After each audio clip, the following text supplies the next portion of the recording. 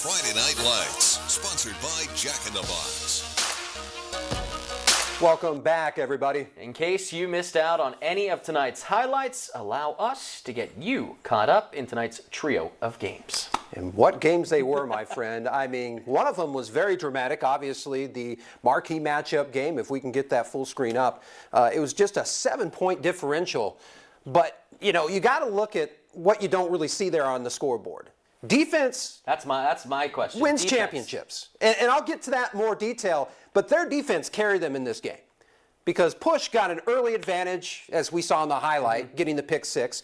They could have easily gotten a lot of momentum and run away with this, but the defense just locked them down. Yeah, and a lot of people don't like a low-scoring game. I can understand why, but when you have a defense out there controlling the momentum of a game like that, I mean, you're fortunate enough to be out there watching it as well. I think it is something neat to see because you always want to see your offense be explosive. But when you know that a defense can control the momentum of a game and hold a team to 7 points only, well, like you mentioned, defense wins championships. Absolutely. And that was an explosive team. Push Ridge is not a pushover. They're very legit. True.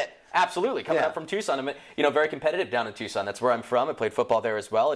And you have competition when they roll into town. So a great start for Yuma Catholic. I think on the defensive end, we're seeing a lot of good things. We're going to get to that in just a moment. The other games, though, that we did want to talk about was that Gila Ridge game that I was able to watch. They did put up 50 points. Right. Kofa has a new head coach. Obviously, some kinks they got to work out. I really liked watching Gila Ridge's defense, though. They were able to stop the run game when the run game was attempted. I noticed that their defense and their defensive backs, I mean, the gentleman that I mentioned, the name of Jaheim Wilson-Jones, not only showed up for the offense, but he's also a defensive back for that team. Right. He is able to control a lot of what's going on in the back. And to watch, you know, that highlight we had, of course, of him stopping what could have been Kofa's first touchdown, definitely something going on very nice there for Gila Ridge. And as we expected, you mentioned, you know, right. they don't have shoes really to fill because, well, they do, I guess. They lost a lot of upperclassmen. But a lot of young talent. They look coming really, up the ranks. really good. Absolutely, absolutely. And we got to talk about Carl Pope because, in all fairness, he didn't take over that long ago.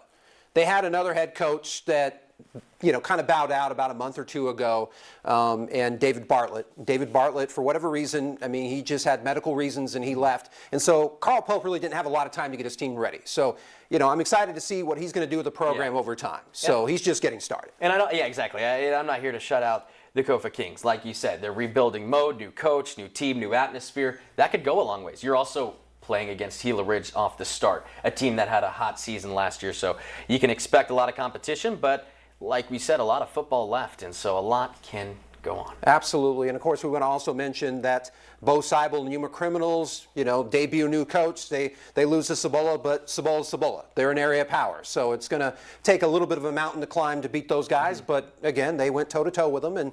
And so we'll see what Bo does with the Criminals as time goes on as well. It'll be fun to see how these teams adapt. And, I mean, I think as we continue on in FNL, we're going to find out, and it'll be a fun ride. It will indeed. All right. Now it's time for us to give our helmet props to the players, position groups, or even teams that stood out from the rest tonight. Brando, who's getting yours? You heard me say his name plenty of time tonight, Rob. Gila Ridge's Jaheim Wilson-Jones. He had a huge night for the Hawks, and I say that both on the offense and the defense. He completed that 30-yard catch from the start. That was on the first drive for the Hawks, and that put them in the red zone. That ended up being their first touchdown, and I think really bolstered the momentum for them as well. He had that incredible defensive play in the second quarter, and it's not just a play that stopped, you know, the ball from being caught. It stopped the ball from being caught in the end zone.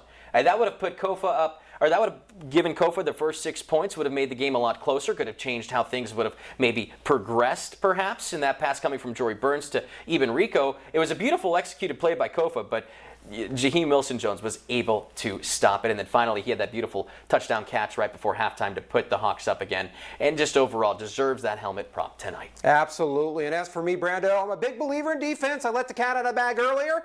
But in this case, Yuma Catholic, I mean, their defense, I mean, just flat out just picked it up. Bailed out the offense tonight. Keep in mind, Richard Stallworth's a sophomore. He's learning the game, but he's playing like a junior or senior. I mean, he's making wise decisions. Obviously, he probably wishes he could take back that pick six. But other than that, I mean, he's had a solid performance, and the defense really did a whole lot tonight. So they get my helmet prop indeed. All right, here's a look at week number 2 of FNL, a very short stack of games. We got a duo of games, the Gila Ridge Hawks and the Yuma Criminals being our marquee matchup. We finished tonight's program, though, with our Jack in the Box play of the week, folks. This one comes from Gila Ridge tonight. Let's just say If we can get that on the screen for us, practice makes perfect. This couldn't have been better executed. Once again, C.J. Wiggins inside the 40, shotgun motion. He then puts it up nicely to Johnny Noriega. And I like the play in and of itself for this reason. I'm not sure Noriega was covered. When you see this play one more time, he is just all alone. And when we slow it down one more time, I mean, you get to see that the tight end really brings back the defensive back away from Noriega. And then there's one that seems to be catching up with him, but Noriega just alone and, well, good for 6. You know, one fun fact about Noriega, he was the leading receiver from last year's team. So this guy just has a nose for getting the football, very elusive, as you pointed out. He just finds a way to get it done. Seems like him and C.J. Wiggins could have a big year. Absolutely. So they're going to light some people up. We're going to have to see. Definitely 2 to watch for. All right. Well, we certainly covered lots of ground tonight. Brando, it's great working with you for night number 1. Looking forward to more fantastic Friday nights to come. Yes, thanks so much for joining us, folks. Have a good night. We'll see you next week.